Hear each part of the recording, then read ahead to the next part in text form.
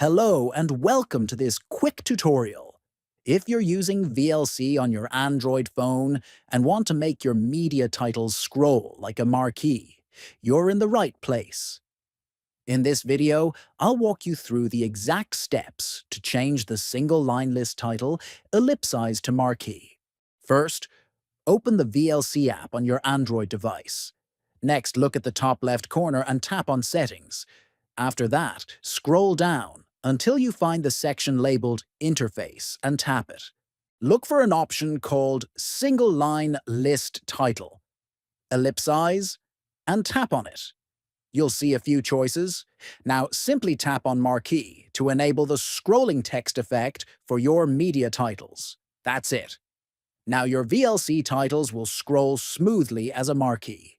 Thanks for watching, and don't forget to subscribe for more helpful tips and guides on mobile and tech apps.